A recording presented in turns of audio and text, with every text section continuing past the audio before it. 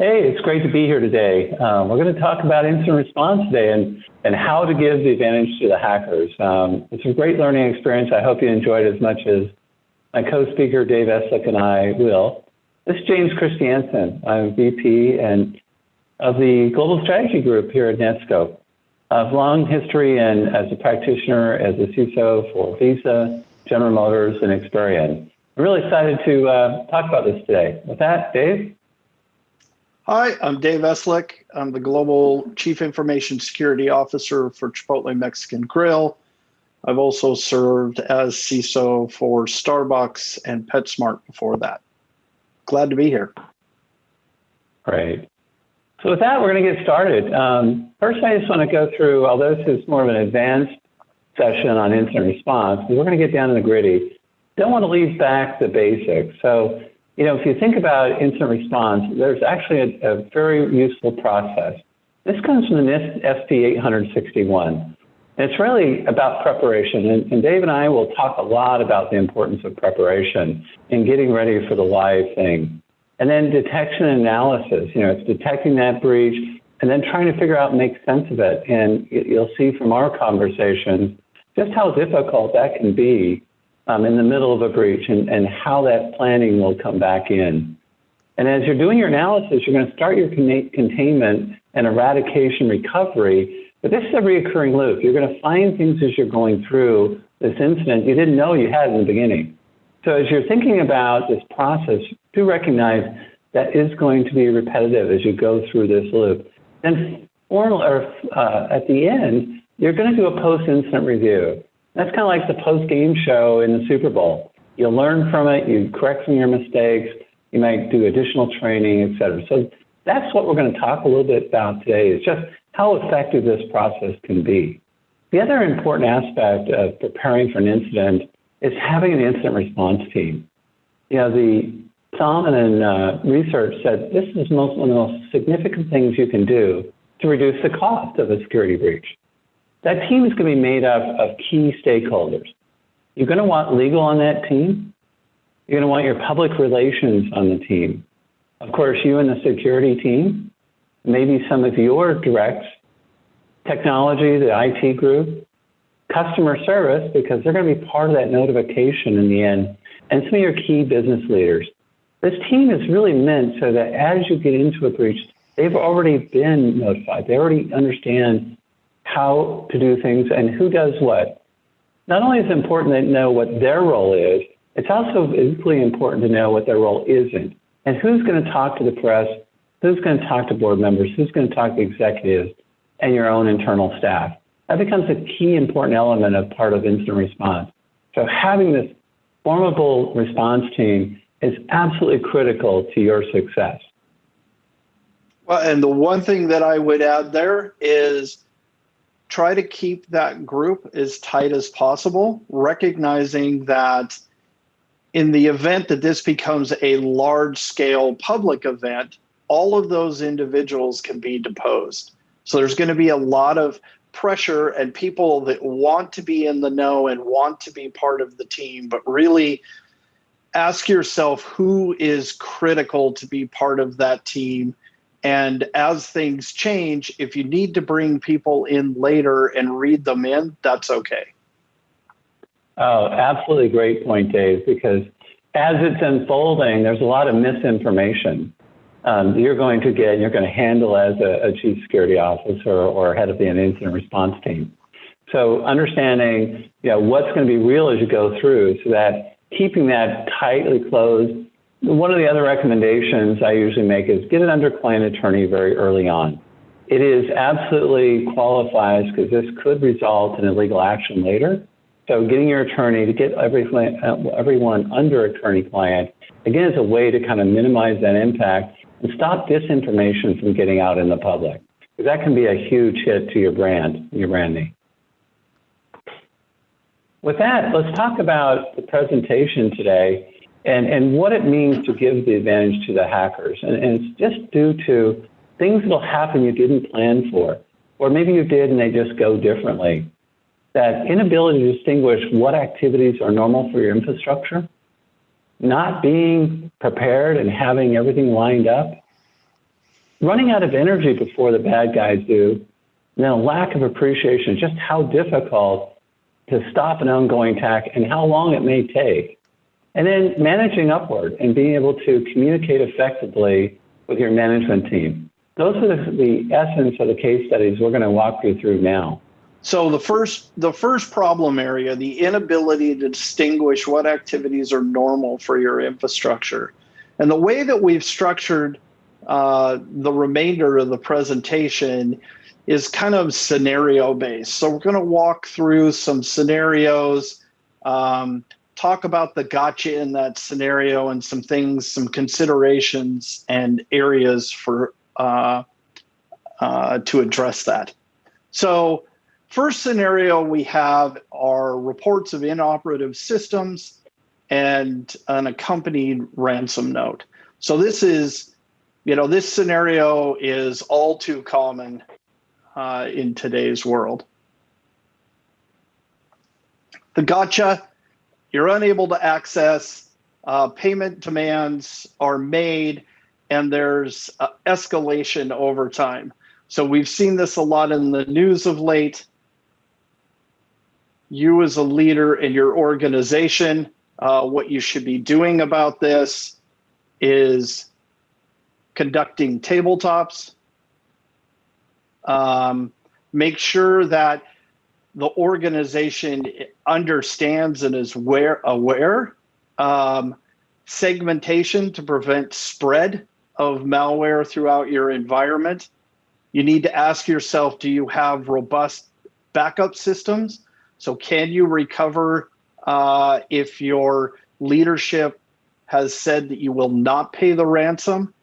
And within the tabletop exercise, you should have a scenario that you run through with your executive team so that you understand in advance, will you pay the ransom or not? And if you do, have you done the things that you need to in preparation for that?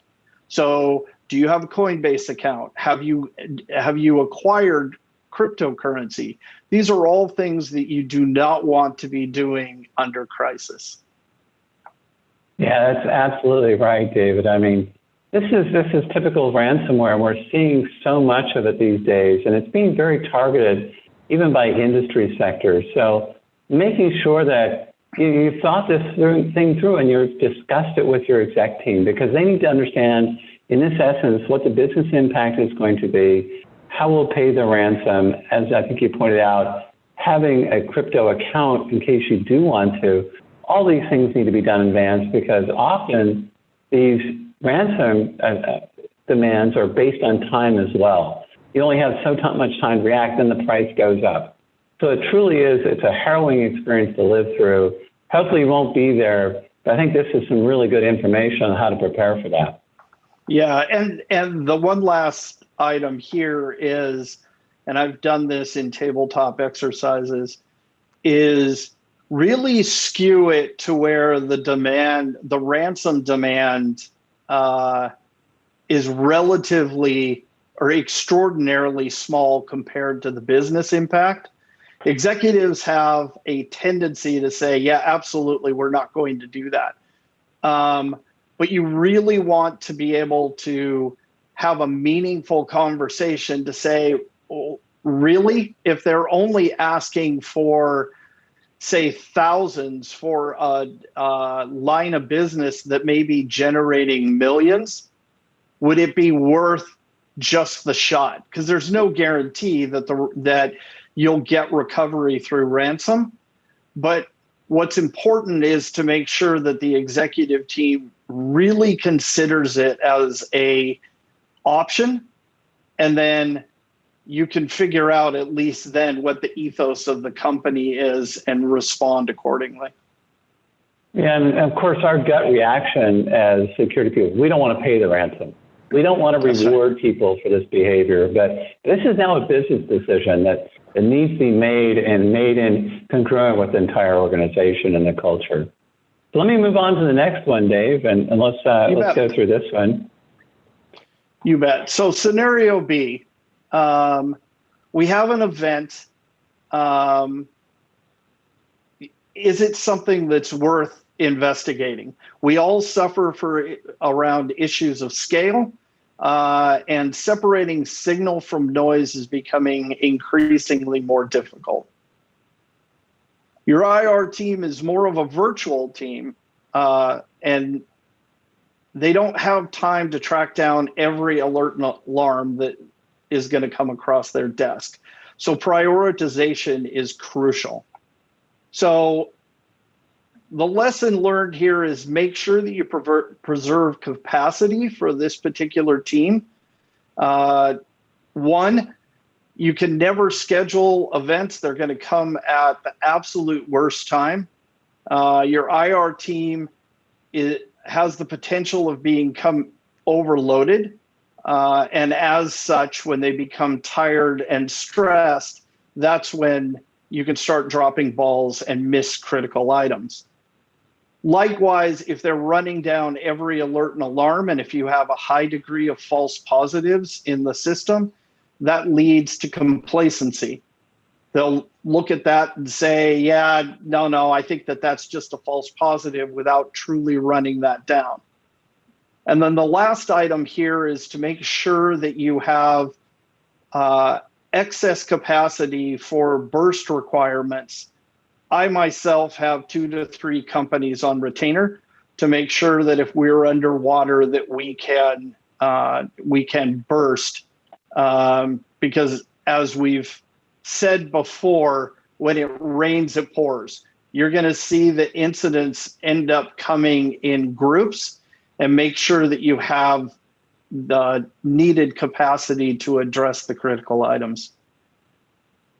Well, Dave, this is a place in my entire career, I've always made sure I had the multiple retainers that you just talked about.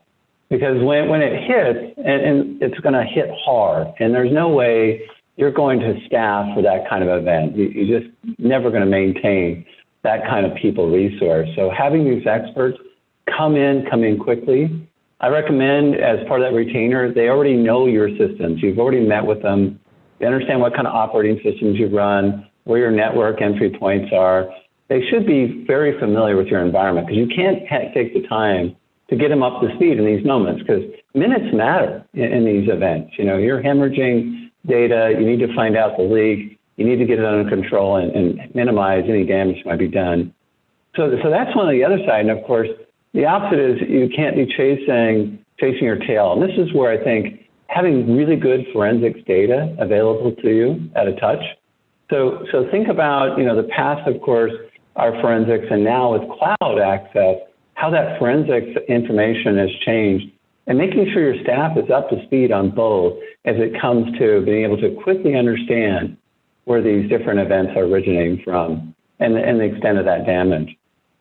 All right, so we're going to switch gears here a little bit. Now the second problem is really about making sure you've got your ducks in a row and that you are ready for this incident. So with this first scenario, I'm going to talk about the right along the same line we're just talking about, but getting help from your vendors. Now we just talked about incident response or business recovery teams help, but you're in a very connected world these days. We have a lot of third parties that are part of our infrastructure and part of our solutions.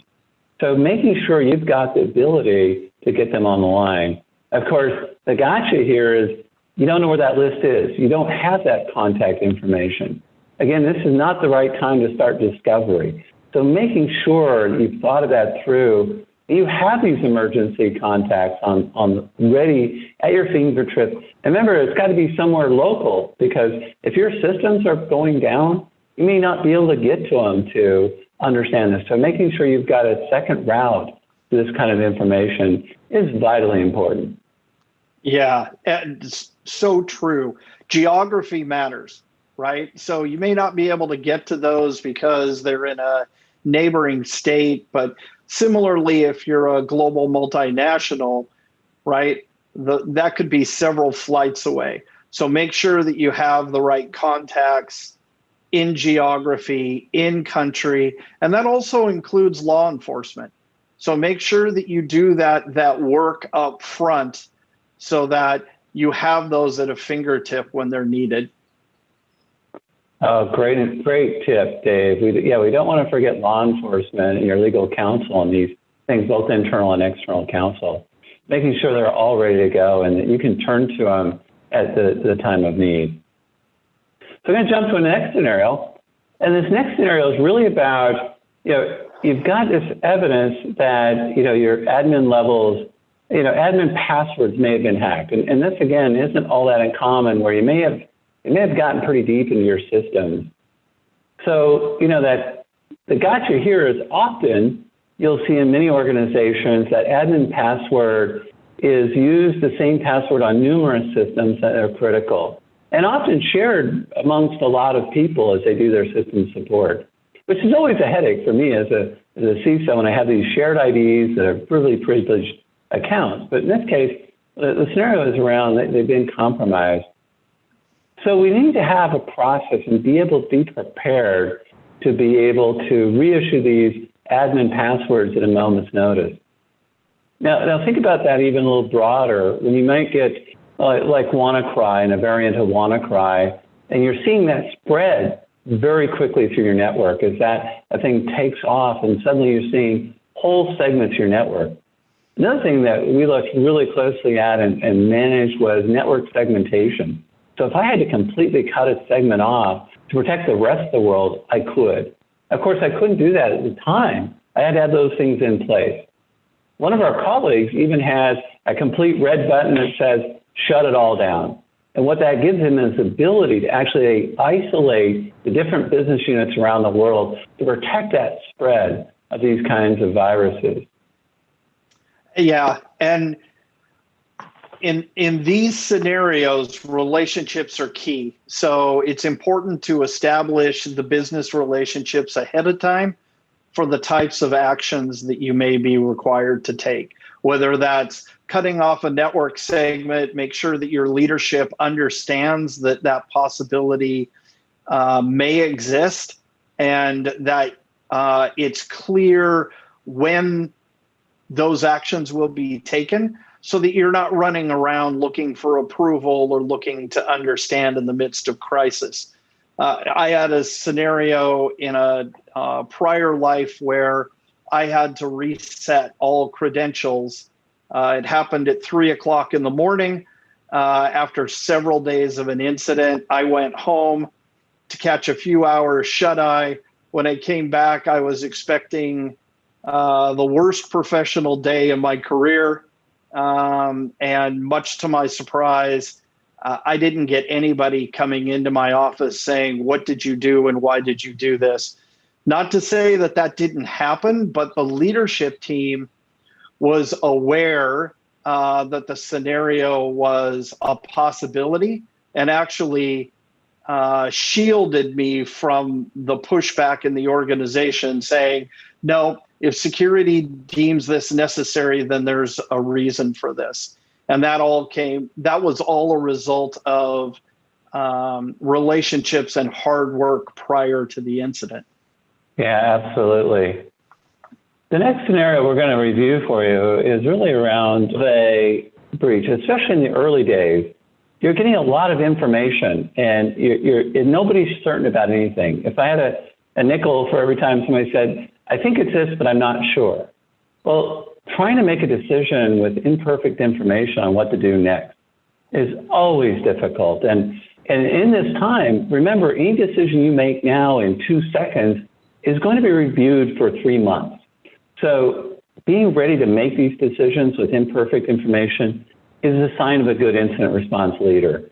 The ability to distinguish noise from reality and make those next steps to both preserve the evidence and to protect the business that you need for ongoing. So you're going to get a lot of assumptions. You're going to get a lot of this imperfect information. So you're going to be forced into a position where you have to start guessing. That means you really don't have control of that situation. And the last thing you want to do is have your leadership believe you're not in control. So being confident about things you're doing, making decisions with imperfect data, knowing that they'll be scrutinized for months later, but that's where the planning comes in. And this is where strong leadership comes up. This is when it's time to be a leader, is during these. I think this is where you can see good versus not as good. and when you look at how they react at these early days in an incident. And of course, running legitimate attacks against your infrastructure, simulate those attacks, see what they do, give people the ability to react. We used to do unscheduled, clear back at Visa, which was a very long time ago, we'd do unscheduled pen tests to make sure that our incident response team would pick them up and react accordingly and react properly. So this is what it means to do things before the attack. We talked earlier about desktop exercises. Make those desktop exercises as realistic as possible. Ask each step of the way what each member of this is going to do now. That's really important because then they'll actually be able to rehearse it. Everyone else will see who is taking that action. Then when it comes down to the real thing, I think you're more prepared. You know, communicating up with your leadership team during this process is going to be extremely important as you go through this process. Yeah, and the other item here, the other watch point here is as you're digging into an incident and investigating, it's likely that there are going to be other things that are uncovered in the course of that investigation. So being clear as to whether or not they're material or relevant to the issue or not keeps the team focused. So, you know, utilizing a parking lot, that's interesting. You found something. It doesn't appear to be related. We're going to put that in the parking lot. We'll revisit it after we get out of this particular incident. Let the data lead you where, be data led through the process. Absolutely. And what's the worst thing is when you find evidence of possibly another attack that may have occurred before. I one time in the middle of this found traces as we go out and hunt. It's always interesting when you go hunting. This is why I've always been a big fan of breach hunting. Have somebody wake up every day saying, we got hacked today, I just don't know where. And if they take that attitude, they'll start seeing the crumbs. And that's what happens during this. When you know you've had an attack and you're looking, you're going to see things that you maybe should have seen before. But staying on point, staying focused, keeping your team focused, and keeping your management team apprised of the status. We'll talk a little bit more of that as we go forward here about managing up. With this, I'm going to turn back to Dave for our third problem. Great. The third item is running out of energy, especially before the adversary. Tired teams, tired individuals make mistakes. I've seen it in the past where critical items have been either modified or removed, especially when you're talking about date stamps on a file.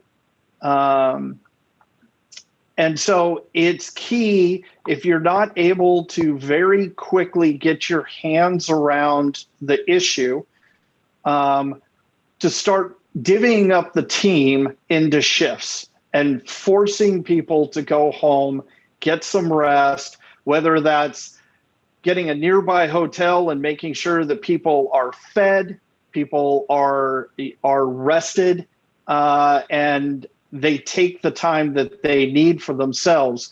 Because in many scenarios, when you start this, you don't know if this is going to be hours, days, or weeks.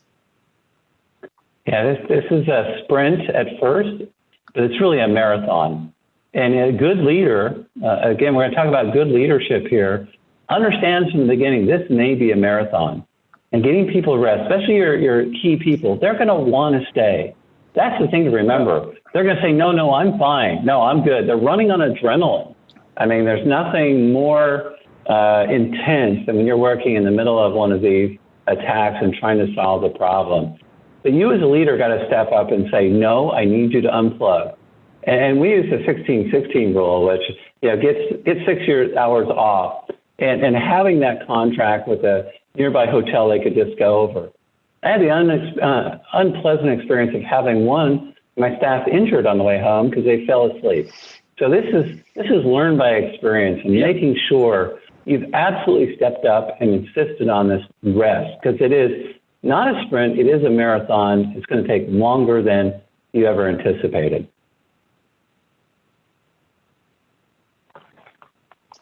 Okay. Next Mike, one, you got lack of problems? appreciation. Yeah, lack of appreciation for how difficult it is to stop an ongoing attack completely.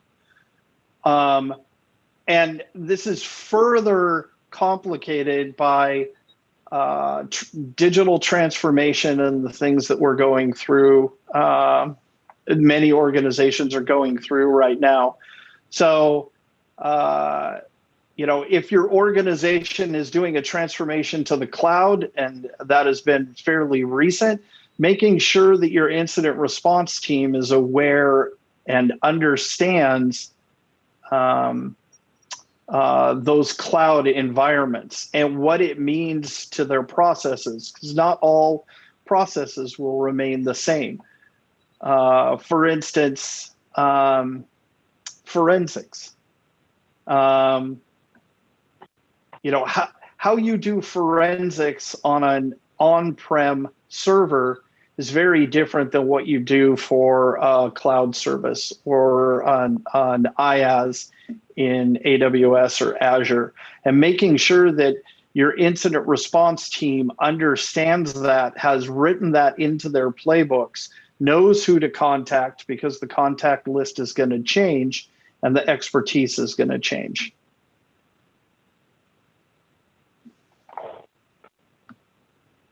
So as you're thinking about this, an early adopter of the cloud, Dave, a colleague of both of ours, they had not yet moved their forensic team to the cloud or forensics capabilities. Yep. So they had to spin down a server down to the local environment to do that forensic work. It took 48 hours. Do you know how much damage can be done in 48 hours? So we have to think about localization, making sure you've got virtual environments, you've got them spread throughout the world, so you can quickly get that data over there that you need to run for your analysis in doing this. Correct. Anything further on this one, Dave, or I'll go to the next? No, I think we can move on. Okay. All right, so problem 5, I titled it Managing Up, but it's really being able to keep your executive team and your leadership team engaged and having them understand, what's going on and giving them information they need. In the first hours, you're going to get 100 phone calls from every person with a letter before their VP.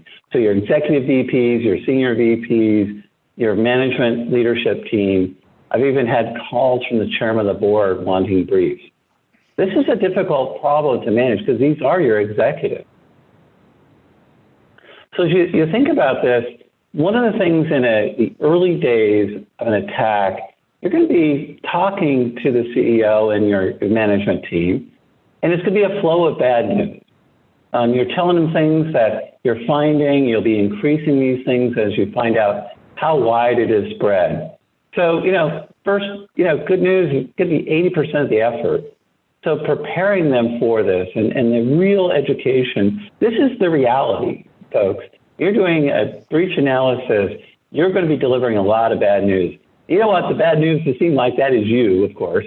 So preparing your management team up quick, letting them understand what to expect, and that there will be bad news, and we will have to gather more and more information, and we will keep you informed and set up regular briefing moments. Again, remember that imperfect data I talked about earlier? You're going to have imperfect information as you go into these briefings. But you're the leader. You're the one they're depending on. So you have to have confidence in where you're at. And even though you don't have perfect data, you can tell them what you do have, what you do know, and what you're doing. You have to have that confidence that you have it under control. Yeah, and the other point that I would add here is, and I've been through this scenario where, the first 48 hours of an incident, we didn't have a lot of news. And this happened to be a scenario where it was an external report that said that the organization may have a problem. And we were meeting with the executive team every few hours. And as I got into the second day, they were becoming frustrated by the fact that I didn't have any news. And I said, well, actually, no news at this point is good news, because if I come into this room now with news, it's only going to be bad. Now, luckily, that ended up positive. There was no incident for the organization, which led to why I was coming forward with no news. But I think preparing the executive team to understand, like you said, if I have news in the early stages, it's likely to be bad, and to interpret news as good news, not lack of effort or what they're used to is, I'm going to lean in hard so I can get answers. Those first 48 hours, no news is good news. Yeah, and again, I want to really stress working with your legal team, keeping them in the loop, getting their advice, because you might be talking about contractual obligations for notification, you might have regulatory requirements, and keeping that balance there with them so they know. And I think Dave mentioned it earlier, and it was really important. You got to keep that community small because, you know, as you mentioned, they can be deposed. When did you know what? And you're dealing with imperfect information, and so will they. So keeping this information tightly locked down while you figure it out. Of course, facts are facts later in court. You can never deny that, but it's opinions that will kill you later.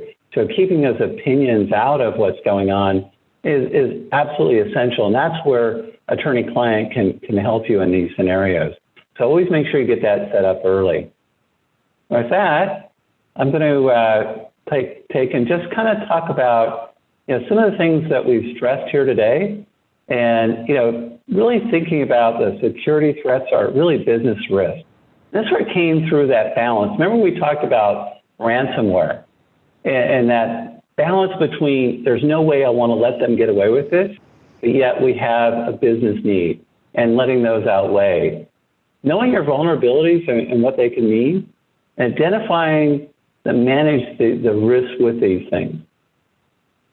Also, knowing where your data is, it's always in fundamental security of knowing where your data is and what is critical to the information, and be able to adapt quickly to these threats. I mean, there's nothing more dynamic, and you have to be agile in the middle of an attack. You're going to see things you've never seen before, and the way they're going to come at you, you didn't practice. If you have a well-trained incident response team and talented people, you will adapt. That top-down culture, you know, committing to the top executives to the process and be able to cascade to employees and the third parties what it is you're doing, what you're working on, because every business now is interconnected with partners, customers, and suppliers. So it can have broad impact. Dave? Totally agree. Okay. So, you know, as we think about closing here today, I want to talk about some of the real action things are going to go wrong even with the best plan. I think it was the ultimate philosopher, Mike Tyson, once said, all good plans go out the window the first time you get hit in the face. And that's what happens here. You're going to have great plans, but you're not going to be ready for it. But knowing what is normal in your environment so you can see abnormal, being ready for these instances, doing good desktop planning, having that relationship with your executive team, your incident response team, keeping those things active and go. You know, burning out your staff, they can make bad decisions, and they can actually destroy evidence or even maybe prevent you from acting quickly. So keeping them fresh, keeping them rested, because this is not a sprint, it's going to be a marathon. And then learning from, in the post, the things that went right, the things that didn't go as well. And doing that post-mortem, and that's always a weird word, post-mortem, but taking that and saying, hey, here's what we learned. We learned that we need to train some people up on this, or we need to shift more focus to that. Always make that a continuous learning process. Dave, anything you want to add there to the closing? And give us your last thoughts of what was the most important things you heard today. Yeah, I think it's the planning both vertical and horizontal. So making sure that your executive team is read into and expects the response by the security team for incident response, making sure that stakeholders throughout the business understand when they will potentially be part of the process and when they won't be part of the process and they won't understand. And that includes maybe some very influential leaders, right? Your CFO or others that aren't used to being told, I'm sorry, but it's not appropriate to share that information with you. And making sure that the team that you lead understands. They understand what's expected of them in the midst of crisis. They understand the overall process, so they understand why you as the leader may be making those decisions in the moment. That's all key. Yeah. I mean, the worst case is when you're involved in an investigation and you can't tell your boss about it, and you have to keep him or her in the dark. That makes it really tough, but that's part of the role, and it's part of our agreement to keep things confidential and close tied. So with that, how are we going to apply what we learned? Within the first 3 months from now, I mean, in the next 90 days, you should be reviewing your incident response plan with scenarios from this presentation. Hopefully they were helpful to you along with our comments. Update your contact list, make sure that's kept, and that list is agile. It adjusts with the changes in relationships. Now, that should include, by the way, knowing which contracts you may have that require notification, which regulatory bodies, and what that time frame is going to be. And establish your plan to support and bridge investigation for a long term. Remember those tips we talked about in making sure you've got arrangements with not only business response teams, but local hotels, caterers, and people that can help you through this process to keep this organized. Beyond the 3 months, get that specific training that you say you've done your gap analysis between where I should be and where I want to be, and getting the training for your staff, because these things can be very costly, as you've seen from the different studies. Update your staff with experts that can handle. If you don't have the experts today, you're either going to train them or you're going to update them, and especially in that post-mortem, you're going to find out where your weaknesses are, like every good team. And then having those business response team, recovery teams contracts in place. They can assist you and give you that, as Dave said, that burst capability, and having those things. Those are what we recommend, within 90 days for sure, and then, of course, within the first 180 days from now. So we did put together a number of resources that are available for you for future reading. Great, and this will be in the hard copy should you need it. So at this time, we'd like to ask if you have any questions. Hopefully, you've put them in chat already, and you are ready to go, and we'll be happy to address those questions. Dave, anything last minute you want to talk to the folks about? No, thanks for attending. Hopefully you found value, and we're here to answer questions. That's great. And I got to tell you, Dave, thank you and the audience. It was, as always, fun talking with you, and I hope this was a great event today.